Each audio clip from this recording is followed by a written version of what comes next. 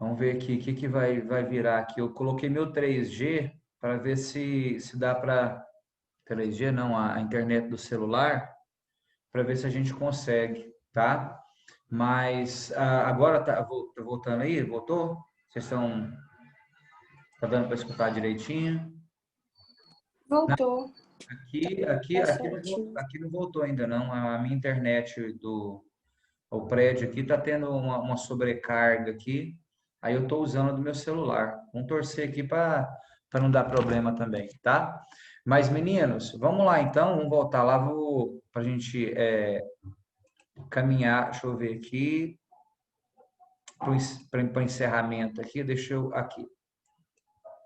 Bom, então o sistema nervoso, filhotes, ganglionar, tá? Não tem mais segredo e ninguém vai perguntar para vocês a respeito de alguma característica mais específica, não, tá? A reprodução, filhotes, é importante a gente lembrar que é uma tendência na zoologia, né, de quê? De separação de sexo, né, dos animais serem dioicos, até mesmo para facilitar a fecundação cruzada, tá? Então, isso daí é uma tendência dentro da zoologia, principalmente dos invertebrados também. Tem exceções, tá? A questão de que, por exemplo, os caramujos são hermafroditas, mas mesmo sendo hermafrodita, olha lá, sendo animais monóicos, eles o que? Eles acabam realizando a fecundação cruzada para isso daí aumentar a questão da diversidade, a variabilidade genética, tá? Então também não é aquele detalhe, né, do cara colocar um exemplar para você específico lá para o aluno saber como é que ocorre a reprodução dele, não, né? Então isso daí é algo, vamos dizer assim, que não é uma preocupação saber a reprodução de todos os invertebrados, tá? Então aqui, ó, a reprodução sexuada, né, ela é comum, né, a participação ali de animais diferentes no processo, tá, em todos os grupos praticamente. Aqui a gente tem esse detalhezinho aí, né, do caramujo ser hermafrodita, mas mesmo assim ele reproduz de forma sexuada, né, de forma cruzada. A fecundação externa ou interna, a externa, é claro que a gente tem que priorizar os animais aquáticos, tá? Porque não dá para ter fecundação externa no ambiente terrestre, tá? Então, fecundação externa no ambiente aquático, quando o cara coloca lá para você, ele tem que mostrar ali, ele tem que representar alguns, colocar alguns representantes do ambiente aquático, aí ele vai colocar para você principalmente os bivalves, né, ostras, mexilhões ali, ou ele vai colocar polvo e lula lá. Então já dá para o aluno já fazer o descarte lá.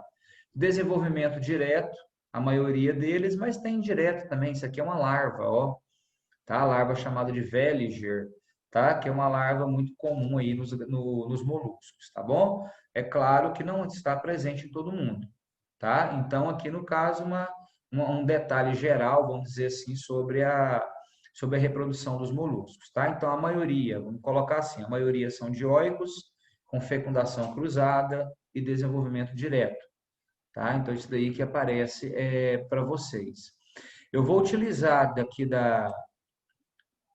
Deixa eu compartilhar aqui, ó, do Planeta Bio lá, até para a gente ver algumas informaçõezinhas, porque aqui dá para a gente ver algumas animações, etc.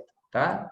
Então, olha lá. Tá? Então, dentro do grupo dos moluscos, tá aqui a gente as características que a gente acabou de falar para vocês, o habitat variado, terrestre, aquático, sistema digestório, né? Tudo completo. E tá vendo aqui a rádula, ó? A rádula ela sempre é citada ali como sendo uma característica, né, interessante ali dos moluscos. A circulação, olha lá, igual o Tim falou para vocês, a maioria é aberta, mas não esquecer no polvo, na lula, no cefalópodes, que é fechado.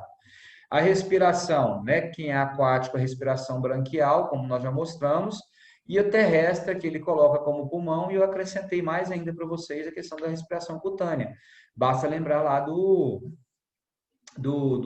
caramujo, né? O pessoal às vezes utiliza de maldade, joga sal no caramujo lá para ver o caramujo dissolver e tal, né? Lembra que aquela gosma, a lesma, né? Aquela pele, né? Que fica toda lubrificada ali, aquilo ali é fundamental para que aconteçam as trocas gasosas, tá? A excreção, né? Então aqui tá vendo, ó, os nefrídeos, né? Alguns autores utilizam metanefrídeos, né? Mas os nefrídeos ali são as estruturas excretoras que vai continuar nos moluscos e vai continuar nos anelídeos também, tá? E o sistema nervoso, tá vendo? Ó, ganglionar. Tudo aquilo que nós vimos ali né, naquela projeção lá do Data Show. Aqui, aquela classificação que eu falei para vocês, né, tem toda uma classificação, né, de escafópode, monoplacóforos, né, que é uma classificação que ela não é, né, citada muito em prova para vocês. Qual que é a classificação que aparece mais por estar relacionada ao nosso dia a dia? Esse daqui, ó, os gastrópodes, né, os bivalves, tá, e os cefalópodes. Não esquecer outro aspecto relacionado aos bivalves, gente, que são filtradores, tá? E aí, animais filtradores têm uma certa predominância para aparecer em provas, principalmente em questões ambientais, tá? Porque a gente sabe que direto, né, tem situações envolvendo intoxicação alimentar, né, envolvendo ostras, mexilhões, etc. Por quê?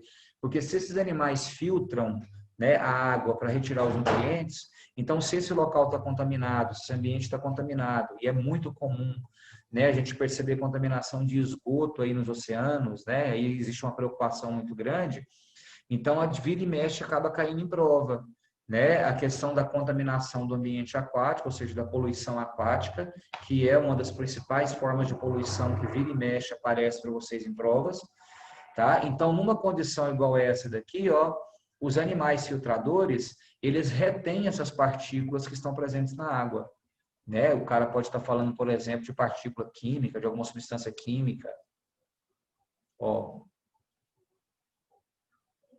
tá falando, apareceu a imagem aqui de instabilidade da minha internet, né? Acho que até a internet do celular deve estar dando problema.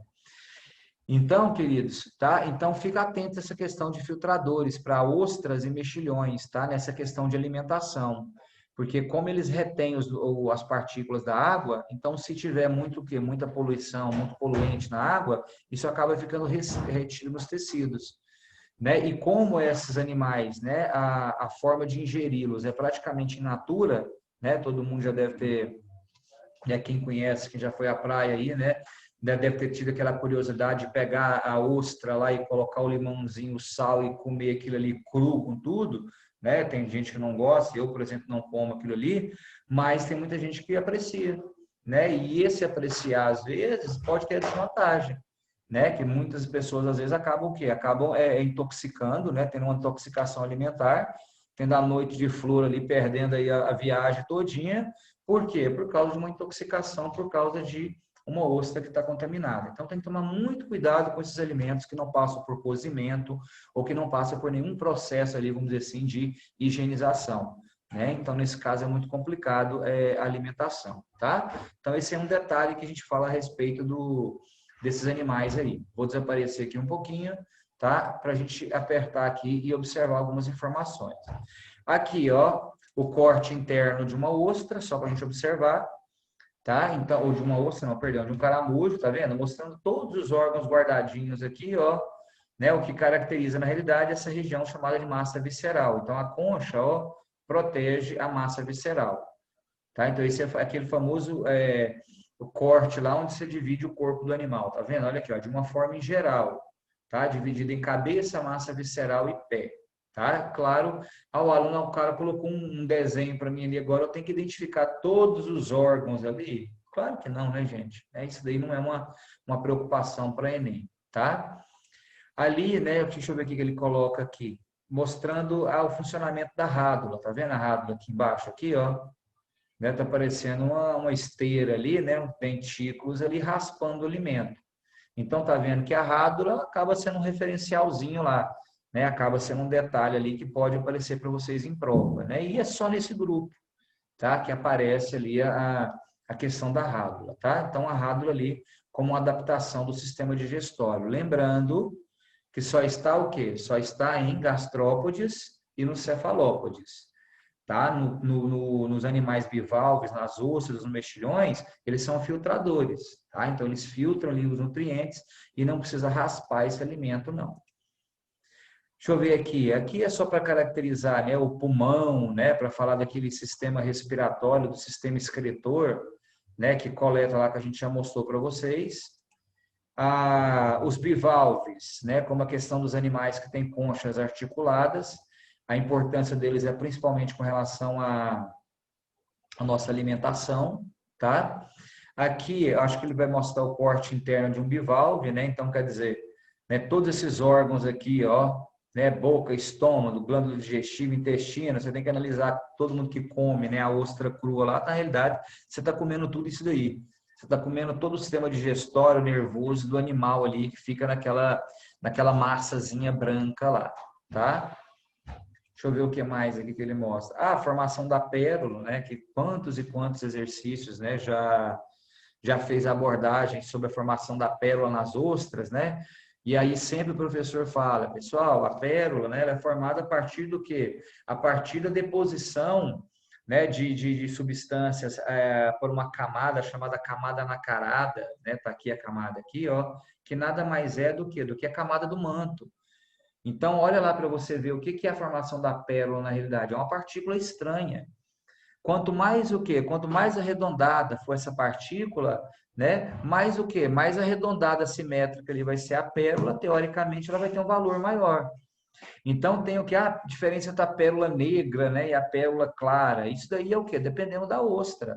Dependendo da cor, na realidade, da o quê? Da substância que ela é secretada por essa camada, né? Então,